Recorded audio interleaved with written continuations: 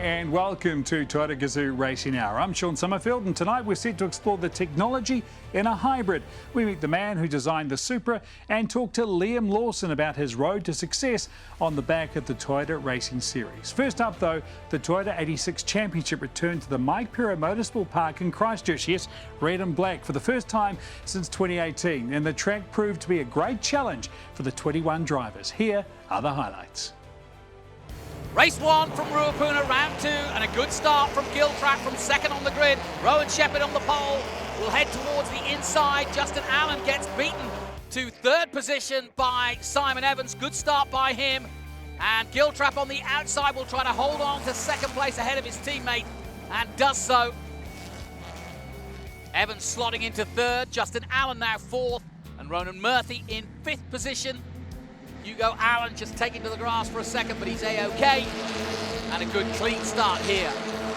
First race from Ruapuna into the pothole. It's Rowan Shepherd looking for his first win of the season, racing at home. Ooh, Mark Mallard going very wide, and likewise Sam Cottrell at the back. The rookie, but both are back on track and back into line.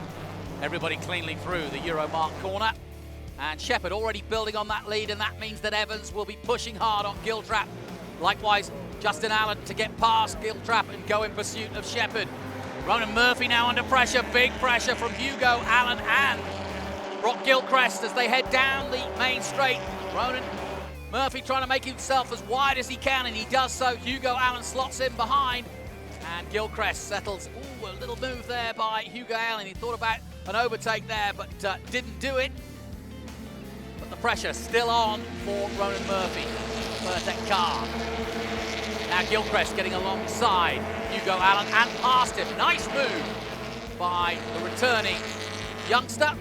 And John Penny now side by side with the youngster Clay Osborne, another one of the rookies. Oh, and Osborne gets flipped and touched by Penny and goes onto the grass. In fact, Penny has as well. Both look as though they're going to recover, but a complete 360 for Clay Osborne, and Clay was very aggressive at the start of this race, and I don't think Penny certainly meant to take him out. And in fact, I think there's damage to Penny's car, somebody else in trouble as well.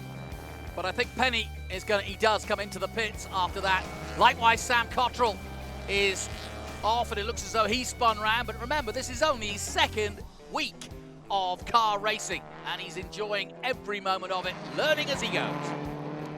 And here's a good battle in the closing stages. It's Stitchbury in the 72 against Dion Pitt in the number 5 as they head down the main straight. A little bit of side drafting, NASCAR style, but either way, Pitt's going to have the better line into the first corner and should win this drag race. And he does, and through he goes. Good racing for these youngsters, learning their way, but there's no stopping the man at the front. Last year's champion, Rowan Shepherd, takes his first win here at home in Christchurch.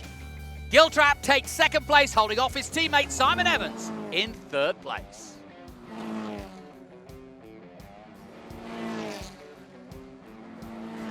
Yeah, good car to start off with, but not so much to finish, so we'll have a look at that. But yeah, a great effort by the team. That's where we want to be, so I just want to thank Speedworks and Cream Insurance for their support, and obviously Brad and Holly, and obviously all the boys and girls, all my mates that are on the hill. It's great to see them with a beer in hand watching me, so that's pretty cool. Race 2 gets underway in very wet conditions, and the rookies at the front have bolted the start, and away goes Dion Pitt on the outside. What a start! McCrutchen didn't get away well, nor did Osborne. Simon Evans got a flyer. Evans making really good ground, and in fact slots into third position there. But it's going to be Dion Pitt, the rookie who leads from Ronan Murphy. Evans slots into third position from 8th. That's a brilliant start in this reverse top 10. And now we're looking for Rowan Shepherd. He's alongside Gilchrist. Sam Cottrell is out in the number 9.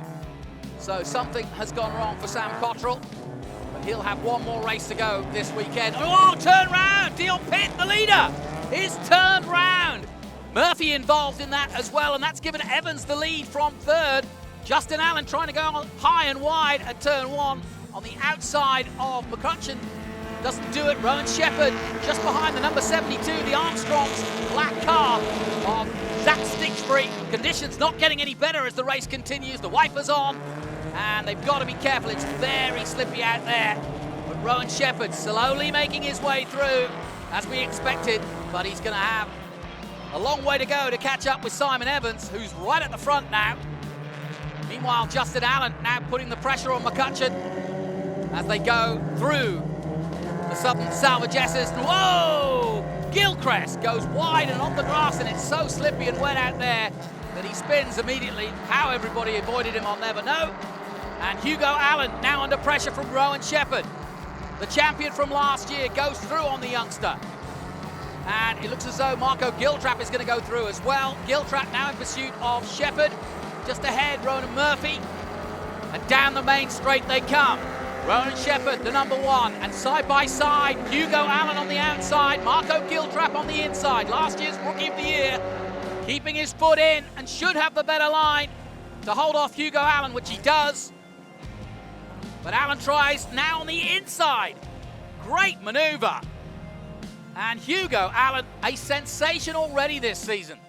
Now Justin Allen, the other Allen, not related, in the Napa Autosports car, does go through on McCutcheon. Nice move by the 99. He'll now go in pursuit of Zach Stitchbury. Although, that said, back they come. Greg Murphy watching on as his son, Ronan Murphy, the four-time Bathurst winner, watching his son with interest. But Rowan Shepherd goes off at turn one. Oh, drama indeed. He did all the hard work to go from the midfield to the front, and now has gone off. Contact there from Zach Stitchbury and Hugo Allen. Damage to Stitchbury's car, but Hugo goes through. McCutcheon looking to do the same, but he loses out. And yes, now he's pulled the bumper off Zach Stitchbury's car. Drama in the closing stages. Meanwhile, back at the front, it's going to be another win for Simon Evans, who holds off Ronan Murphy and Marco Giltrap to take race 2 here at Ruapuna. Yeah, I think it was probably just my experience. Definitely played into my hands. I knew where to probably position the car. It helped I got an unreal start, so when I come out third, I was very happy with that. And then, yeah, poor old Ronan tagged Dion at the hairpin, but I was the benefactor of that. And from there, I tried to push on, but it was very slippery. It's very hard to lead here in these conditions, so I just sort of controlled it. Okay, so for fans watching on the live stream, give us a sense of what it's like to race in the conditions here, and particularly when it does pick up as the race goes on.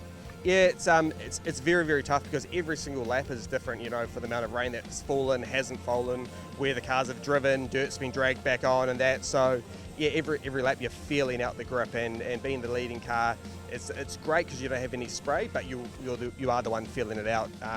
You always want to get to the lead because the spray, from any car is very bad. An all Giltrap front row sees Simon Evans and Marco Giltrap going head to head, but Simon Evans has got the advantage. Giltrap slots into second place, trying to challenge Justin Allen, and does so. But Allen sneaks into second place. Giltrap third. Ronan Murphy trying to hold off Rowan Shepherd as they go through. But everybody cleanly through here in the feature race. Shepherd settling for 5th place at the moment. Good start also from Zach Stitchbury. Ronan Murphy, after disappointment in race 2, in that incident with Dion Pitt, was knocked down to 6th place, so he wants a result from this. Into Euromark corner they go. Justin Allen holding on to second place. Giltrap goes high and wide, and now Ronan Murphy starting to attack him. They snake through the S's, but it's Simon Evans looking to win the weekend just as he did at Highlands. And Rowan Shepherd has got past Ronan Murphy, and now Murphy's got Stitchbury all over him. And Hugo Allen there in the 23. Dion Pitt is in the number 5 just behind. And then it's McCutcheon, Matthew McCutcheon, another one of the rookies who have all done so well this weekend. They got up to speed so quickly. And out, sadly, goes the number 15 of Clay Osborne. Couldn't get the gearbox to find a gear. And look at this. 5 cars almost stuck together in the midfield, but still out front. It's Simon Evans leading the way from Justin Allen with the headlights on, trying to intimidate the leader. In 3rd place is Marco Giltrap. Meanwhile, Dion Pitt doing everything he can to stay in position as this gaggle of cars, all wheel to wheel. It's like a kart race, this, and so many of them have come from karts, including Clay and Finn Osborne, who are very, very good karters, learning their way in car racing and learning it well. Still a few puddles out there as well. And Mark Ballard, the master, against the youngster, Matthew McCutcheon. McCutcheon doing a really good job and moving up the board. He's very much in contention. A mistake by Shepherd as he goes into a puddle trying to overtake Ronan Shepherd. Shepherd should have the advantage on the right-hander. They're side by side. Here in the closing stages, another mistake there by Shepherd as he gets out of line again, and he does settle behind Ronan Shepherd. And, whoa, big moment for Zach Stitchbury as he goes onto the grass. Stitchbury holds it all together in the Armstrong car, but loses several places, as you can see. And he's going to have to slot in behind Gilchrist by the looks of things. Gilchrist should have the advantage into the next right-hander here in the closing stages of the feature race. What a race this has been, what a weekend it's been. Wet and dry, great racing. Oh, and wide goes Stitchbury again. Penny will come through. No, he can't quite do it. Stitchbury holds the position. But here comes Simon Evans to win the weekend. He's going to hold off Justin Allen, who pushed him all the way and just takes second place, ahead of Marco Giltrap, who takes third place. What a race, what a weekend. The 86 Championship has come alive. For sure, the toughest race of the weekend. Justin was by far the quickest car, but I just managed to hold him off, So it was tricky. I mean, he took the fight right to the last corner. So yeah, the track was just so different to what we thought it was going to be. So the car just wasn't quite in the window, but still was. I love having races like that. So. We enjoyed it too, mate. Congratulations, well done. Roll on the next round of the championship. Yeah, 2 round wins from 2 starts, so can't complain. Cheers. Next up on Toyota GAZOO Racing Hour, Liam Lawson on Rodin Cars, and we meet the man who created the 86 and the all-new Supra.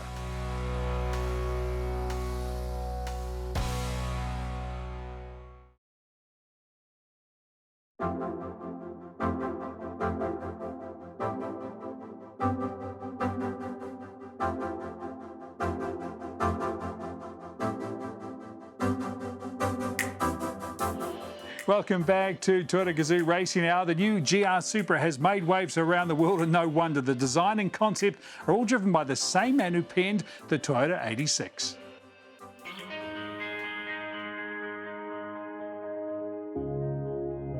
Its process started 2012, so same timing as GT86 launch. I was in Barcelona in Spain. I was doing some journalist event in Spain. At that time, I got a telephone call from TMC. You must go Germany. At that time, I have no concrete mission. I was thinking, what is the intention? As you know, at that time, BMW is the only so big car manufacturer that they made straight 6 engine.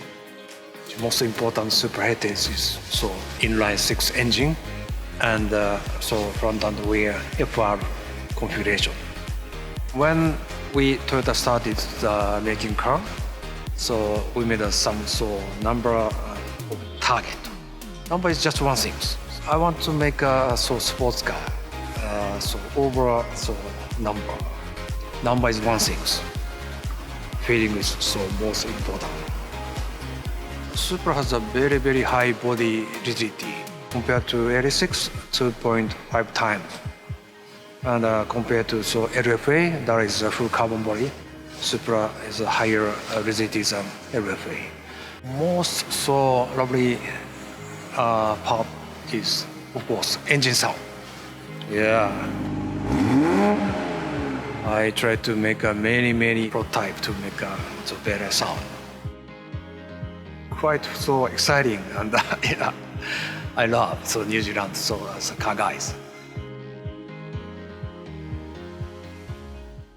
And of course, that awesome GR Supra is on display next weekend at Hampton Downs, along with the Toyota 86 Championship. Also, the GT3 Stars race that features the awesome karters Brabham, the Rodin Cars Super GT, and the meeting will run in rare conditions. So there are limited spectator numbers with tickets available, though, from Event Finder. Get them fast, I guess. And of course, you can watch all the action on live stream. Just go to speedworks.co.nz for details. Toyota New Zealand have invested heavily in the Castrol Toyota Racing Series and the Toyota 86 Championship, all with the aim of finding New Zealand's next world champion. Tonight we meet the driver who's already a world champion karting, but now he's stepped into an 86 for season 22. Hi, I'm Clay Osborne, I'm 16 and I'm from Waikato, New Zealand. It started when I was 6 years old racing at Tokoroa and go-karts, and yeah, from then it's just grown from strength to strength. And we won the World Championship in 2019, so that made us come to the Toyota 86 racing. We qualified pole, so that was good for the heats, and we had some good heats, but in the pre-final I had a pushback, which made me start off P3 for the final, so I was on P3 and started leading from 2 laps to go and took it out, yeah. So my mentor, Josh Hart, he's obviously one of my most inspirations throughout my karting career because he's had a lot of successes, and yeah, he's pushed me really hard to winning that World Championship. The field was obviously the biggest thing. Best racing field in New Zealand at the moment. Most people, most competition, and obviously the V8 supercar drive is obviously an eye-opener as well, but yeah, just the field and the quality of the field was the biggest interest for us. It's a lot different to what I've driven because I've driven a Formula Ford as well. It's just, yeah, not what I'm used to. It doesn't have as much grip as what I'm used to, but it's good to drive. I've started to get the hang of it now, so competition's going to be good. So it's going to be within tenths for qualifying, so we just got to try and get the maximum limit out of the car. I'm teamed up with my brother. Obviously qualifying's going to be the main thing to tow down the straight, so we can help each other out, towing each other down the straight to hopefully get the best result in qualifying. Me and my brother have been pretty competitive since we've been younger, always wanting to beat each other, and the competitiveness just keeps going with everything, like on the jet ski, who can do the best trick on the wakeboard and stuff like that. Just everything's got to be a competition out of me and my brother. But how it all started off is my cousin was racing karts, and we thought we'd go and have a look one day, and before we knew it, Dad bought a go-kart for Finn, and I always went to all of his races, and I had a go one day and I really liked it, so from there on we just went up. But yeah, no one else in Morrinsville really follows motorsport or anything. GT3 cars is where I want to be over in Europe, racing GT3 for a factory team. That's my overall goal. We'll see where it gets to. Next up, we meet the team behind the running of a race weekend, and Liam Lawson continues to smash track records in that Rodan FZ.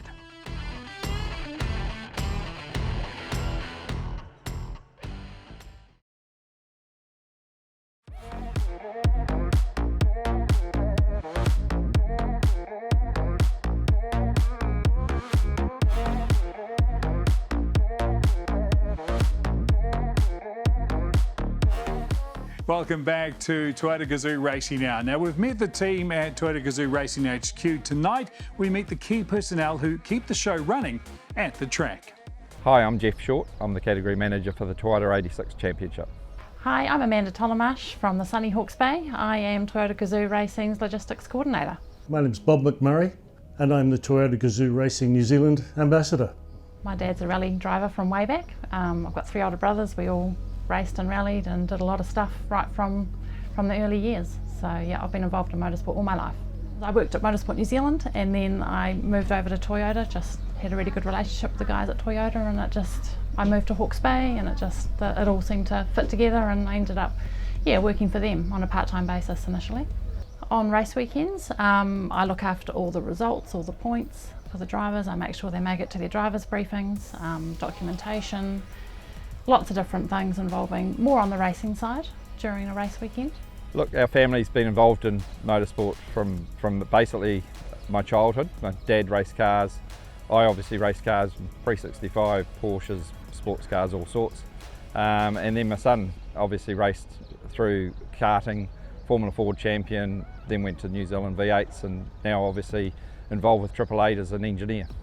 Goes back to when I was racing 2-litre touring cars and raced with Barry Tomlinson, and Barry was running both TRS and 86, and they felt that there needed to be a focus on 86, so he called me up and discussed an opportunity to be involved. If I could go back to where it started, I'm not sure I could remember it. I had relatives that worked for McLaren back in 1967, 68, and I went in there one evening just to help them out. Met Bruce McLaren. Somebody emptied a gearbox on the floor and said, put that together. and I did, and that was it. I became an ambassador because they couldn't find any other particularly useful job for me.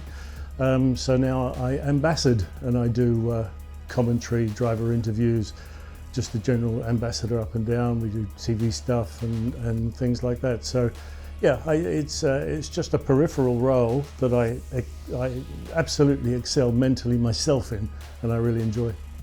The main part of it is recruiting drivers, is to go and find quality drivers that we want in our competition, that can see a career path in 86 and developing their own skills.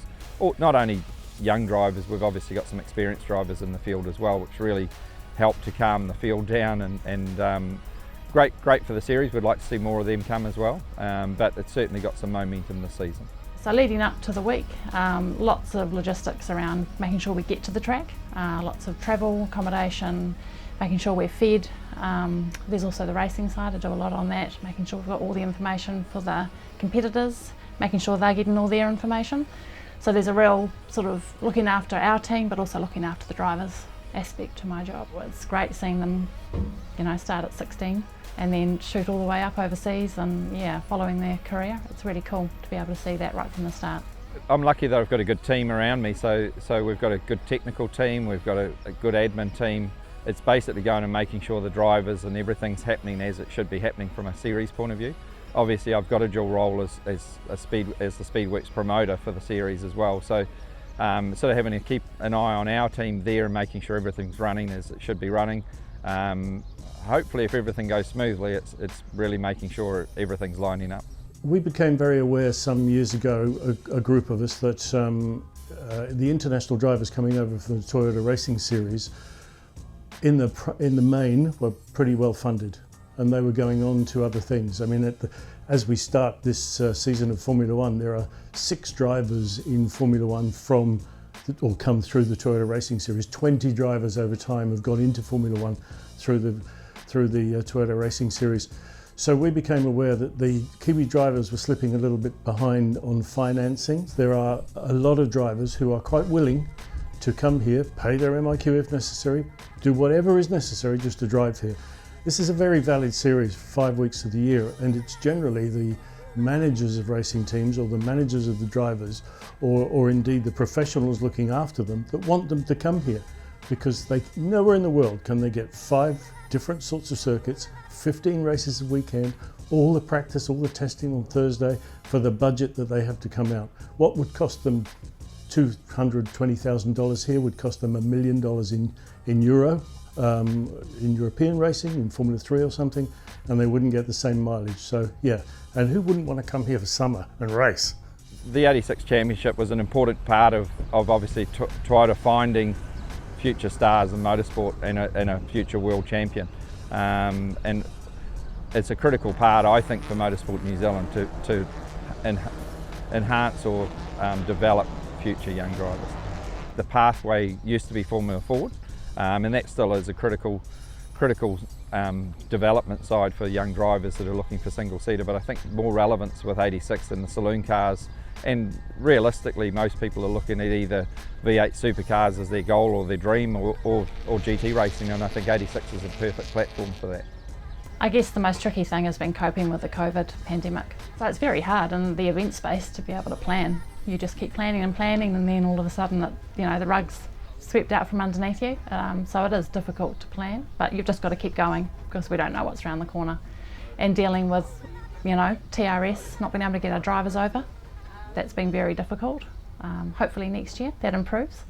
Yeah, I've got 2 daughters, Lizzie, who is almost 12, and Brooklyn, who's just turned 7. So they come along to all the racing, and as they get older, they're super helpful. So they're doing all sorts of things, helping out in our hospitality suite, doing all sorts of little jobs. It's actually pretty handy.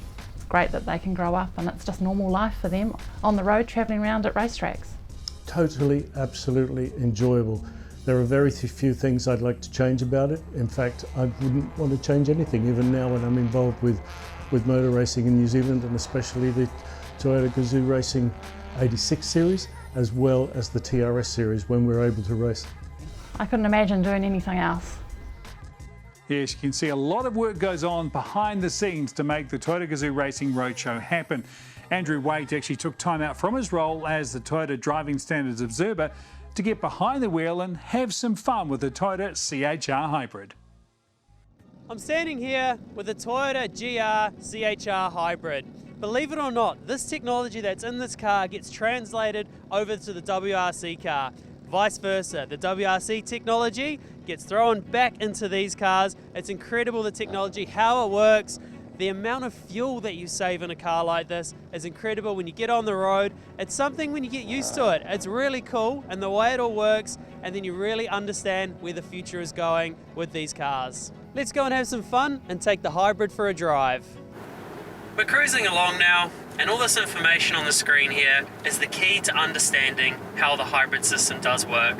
So as you can see from the electric motor, it is charging the battery, but at the same time you can see the red.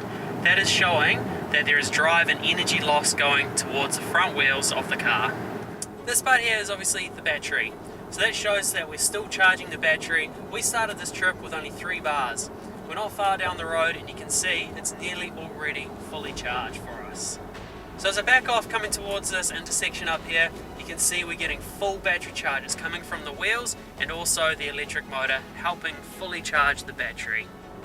As you can see now, the electric motor, it's actually helping power the front wheels. So obviously the engine powers the front wheels, but then also does the electric motor. And then as I take my foot off the throttle, it's actually regenerating, giving the battery more charge. So just like the WRC cars, when they're accelerating, that electric power is being used to help the cars go even faster. But at the same time, as they get off the accelerator or applying the brake, that electric energy is going back into the battery. You may be wondering, is this just like Formula One, how they have hybrid power as well? It's actually a little bit different. Formula One, they've obviously got a button to be able to use that energy. WRC, it's all about throttle and getting the power through that. So we've got a fair bit of energy now. Let's go back to the track and see if we can use it all up. Accelerating away, using up all that energy. You can see the battery going backwards. Let's see how it stops. Running the car into turn 1, back on the gas again, using a bit of curve, up over the top. This handle's nice. Into one of the fastest corners on the track, pothole. Car sitting nice and flat. That's what helps, having the batteries nice and low. You can get away with that, the handling's nice, the car sits flat, not too much body roll. And then back hard on the brakes again. So we've got quite a tight corner here. Let's feel the car on the exit. Good acceleration.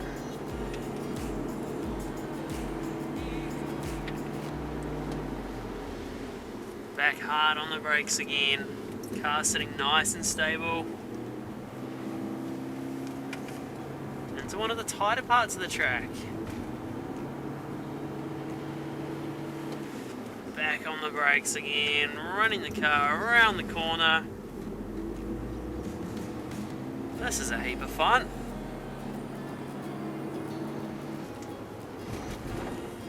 Out over the curb.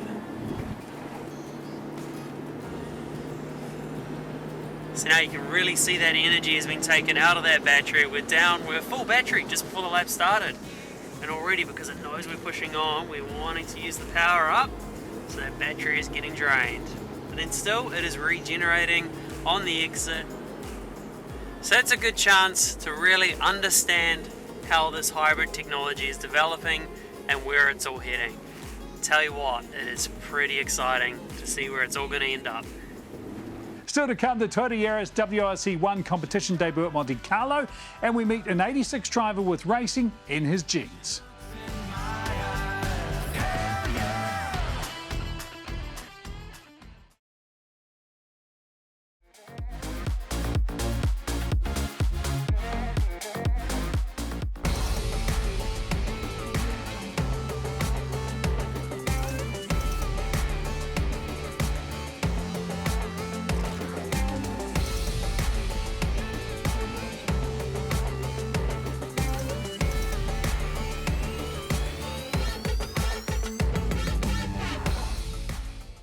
The opening round of the World Rally Championship was held in late January in Monte Carlo, yes, the magic home of rallying.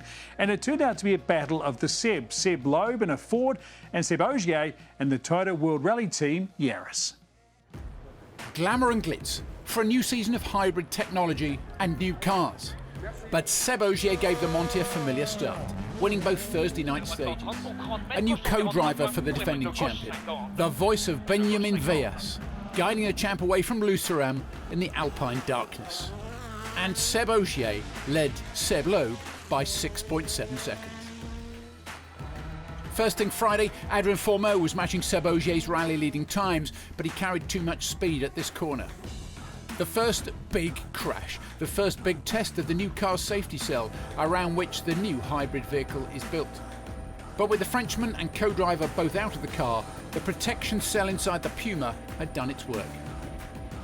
In 7th place, Gus Greensmith, after the best day of his career, that included his debut stage win. Friday's leader has a touch of nostalgia about it. Seb Loeb owned the event in the noughties. Now he had won everything in Friday's first loop, and one more stage in the afternoon. Seb and the Puma had taken us back in the hybrid future. Elvin Evans attacked Saturday's first run over Sistron, a stage that contained every sort of road condition. A compromise of studded and slick rubber for the Welshman, but once he got onto the dry tarmac, his tyres couldn't hold him and he was off. Ogier was the first to pass the scene, and from the road below, Evans' car could be seen clinging onto the bank above and to his left. Ogier then went on the charge, determined to win his 9th Monte Carlo rally, and took the lead off Loeb going into Sunday. Oyt Tanak bet on soft rubber for Saturday morning, but not much of it. That was fine for the dry scent, horrible on the perilous snow near the Sistron Col. He hit trouble, damaged the front of his i20 and retired for the morning. Oliver Solberg's less than perfect weekend continued. He ditched his Hyundai on this lofty right-hand turn in stage 10. He freed himself, but he had dropped over half an hour off the lead. Thierry Neuville was in 6th place. A few kilometres into stage 12, the damper exploded through the right side of Neuville's bonnet. Clever repairs got the Belgian over Sistron and safely back to overnight service. Kalle Rovanperä won the Monte Carlo end of rally power stage. Add those 5 points to the ones that he took for 4th place, and the young Finn had much to celebrate. What a weekend this was for Craig Breen in 3rd. He enjoyed a rich weekend with their Monte Carlo gamble. He finished in 3rd place. M Sport lead the Manufacturers' Championship now. Seb Ogier was leading until the penultimate stage when he got a puncture. Trying to make up the time, he had been too keen at the beginning of the power stage. He had jump-started it. He was punished with a 10-second penalty. Mission impossible, but because it was him, he almost pulled it off. So Seb Loeb took full advantage. An 80th WRC career victory at 47 years young, powering M Sport to a dream start alongside co-driver Isabelle Galmiche. Maths teacher by day, all adding up to a memorable Monte. For sure, I feel really happy. I didn't expect so much when I came here, so it was a great fight. Ogier was really fast. I struggled a bit yesterday, even this morning. Seb Loeb the victor, 19 years after his first Monte win. Close in the end. Had it not been for the 10-second penalty, it would have been very, very close. Breen makes it an M Sport Puma 1 and 3. Thierry Neuville, the best place Hyundai.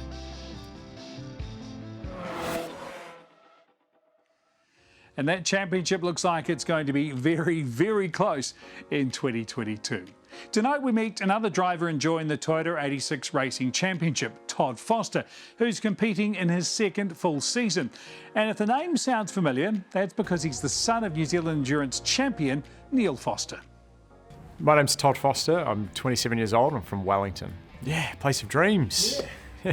I did a little bit of karting with my dad when I was younger, so I raced in the cadet class, and then did a little bit in the junior restricted category as well, and so wrapped that up when I was about 14. And then had a bit of a hiatus for probably about 10 years, and then my dad sort of raced all the way through, and then sort of said, hey, do you want to get back into it? So it was a bit of a trial by fire, to be honest. I'd basically done about 50 kilometres driving a manual car before, and suddenly I was out on the racetrack trying to figure out how it all sort of worked. So yeah, I did a little bit of the endurance series, the North and South Island, and then got into the 86 category a couple of years ago.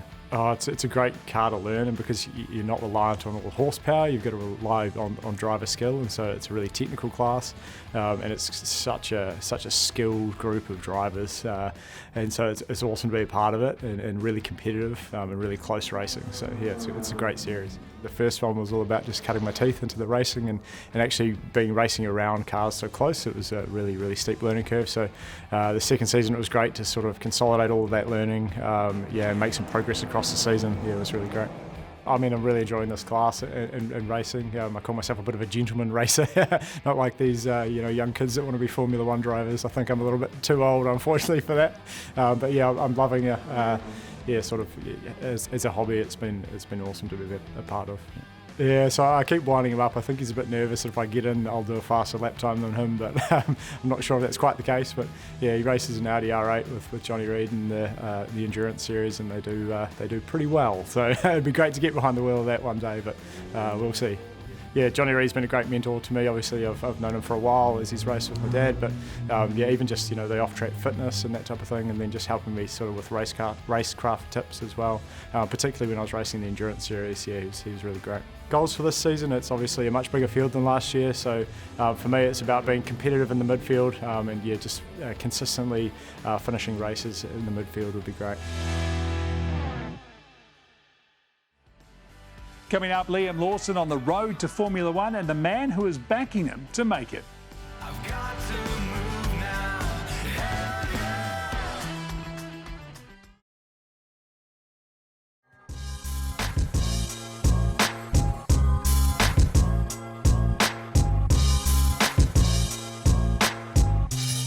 Welcome back to Toyota GAZOO Racing Hour. Liam Lawson is demonstrating that awesome Rodan Cars FZ over the summer, and he continues to smash track records wherever he goes. Greg Russ caught up with him as he prepares for a busy season on the Grand Prix circuit. We're sitting in the garage beside an amazing bit of kit. In the middle part, I guess you could say, of 2021, we learnt these, saw these news stories of the connection between you and these guys. Tell us a bit about how that came together and the chance to be a part of this. I met David 4 or 5 years ago now, right before I went to America to do my Road to Indy shootout. He let me come down and drive one of his Formula 3 cars just to sort of get ready for the shootout. And I remember going to his track for the first time, and it's come a long way since then, but even then it was incredible to have your own racetrack, at where you live, and to be able to test like that is something really, really special, and I've, to be honest, never really seen that anywhere in the world. So that was a cool thing for me to see, and over the years I would go down when I'd come home from my season in Europe and do some more testing, and then basically last season when we needed the support for Formula 2, it steps up a lot on the budget side of things, and David came on and made it possible. So really, really cool to have an onboard again and Rodan cars this year for F2. I think it looks cool as well, seeing the Rodan and Red Bull together on the car. It's not something you see. I don't really think I've ever seen a Red Bull livery with something else as a main sponsor on there. So to share that with Rodan is really, really cool. How did it come about, the connection with Liam? Oh, well, guys approached me, and obviously I'm interested in motorsport. I've been following Formula One since the 70s, and it's just good to be involved in something. He's obviously fast enough for the F1, so he's just got to be able to take the steps to get there, and I'm happy to help him in that regard. What's the grand dream with this in your sense? Well, I want to build these cars and export them worldwide. That was always the aim. And, we're focused on that, and I think we can do it. We've got a terrific team of guys. We're building up the infrastructure in terms of the machinery, the equipment, and getting the facility where we need it to be. And, yeah, it's great. It's one of those things I always wanted to do it. took me a long time to get into a position to be able to fund it, but now that I'm able to, then, you know, it's full speed ahead. Pretty impressive that this is in our backyard in New Zealand, isn't it? Honestly, the interest from the other side of the world. Unfortunately, right now, with the way COVID is, nobody can come and see it right now. But the interest is there. And when I speak to teams, every team I race with, and I speak to people about what Roden and what David has at his track, they're all very, very interested and they want to see it. I did a test this year in Donington, and the amount of people that came up on the pit wall and you know, recorded the car and came and had a look is very high. So what they're doing is very, very cool, and I'm very grateful to be a part of it and to sort of see where it goes in the next couple of years. What can we look forward to? Well, we should have the F-Zero track car running this year. We really should have it completely finished. We'll be taking orders for the car, and that's a track car, but we're also building a full electric road car, and it will have that running in a prototype this year as well, and we've got very high hopes for that because we're going to build an electric road car that's much more of a sports car than the current electric cars, which are heavy, and even though they're quick in a straight line, they're far too heavy to actually be a sports car. So our aim is to basically build a sporting electric car for the road. Is New Zealand, with what you're offering here, you know, punching above or as well as those on a global scale elsewhere? Well, I guess so, but you know, I don't consider that the offshore guys are fundamentally ahead of us. I mean, we've got access to the same kind of technology. We're not dumber than they are, so we really should be able to do it. Are you about on target with what you're wanting to achieve at this point with Roden cars? You're never on target. Everything always takes too long, but overall I'm happy with the way things are going. Fittingly, we're recording this interview at Highlands as well, and that's a place you like a lot. Nice to come back here, isn't it? I would say it's still my favourite track. I've done very cool ones this year. I did Monaco. It was very special, a track that I've dreamed of racing since I was a kid, but as a fun factor, this track is on another level to anything. So yeah, very excited to be here to drive this here as well. Is yeah, very, very special. You're a proud Kiwi, you always will be. What's the response been like back home? Have you noticed that more and more people are following your journey and what you're endeavouring to achieve here? Yeah, definitely. And it's really, really cool. I enjoy it. I get to meet some very cool people, not just at the racetrack, but away from the track as well. I get a lot of very supportive messages as well. So yeah, I really appreciate the support that I'm getting. I'm hoping we can continue on this year, have a good season, and hopefully reach the goal in the next couple of years. Have you worked on any language skills overseas? What's your Italian like? Come on. Yeah, I obviously working with an Italian team all year, and to be honest, now that I've done with AlphaTauri as well, I should probably get onto that a little bit more because no, my Italian's not very good. The only words that the team sort of teach me is the ones that they use the most, and that's the bad language. So not stuff I can share. But yeah, to be honest, very, very cool working with Ferrari, with Italians, and now with AlphaTauri. It's a very similar vibe, and it's very, very passionate, which is very cool. You've got a huge year ahead. There's the support of 5 million people here plus in New Zealand, so go get them, enjoy, and we can't wait to catch up at the end of the year. Thank you. I'm looking forward to it. That's our show for this week. Next week, we're back with a look at the preparations for the 2023 TRS Championship, a preview of the new Toyota rally car and the NZRC, and we catch up with New Zealand drivers on their path to become New Zealand's next world champion. Until then, take care.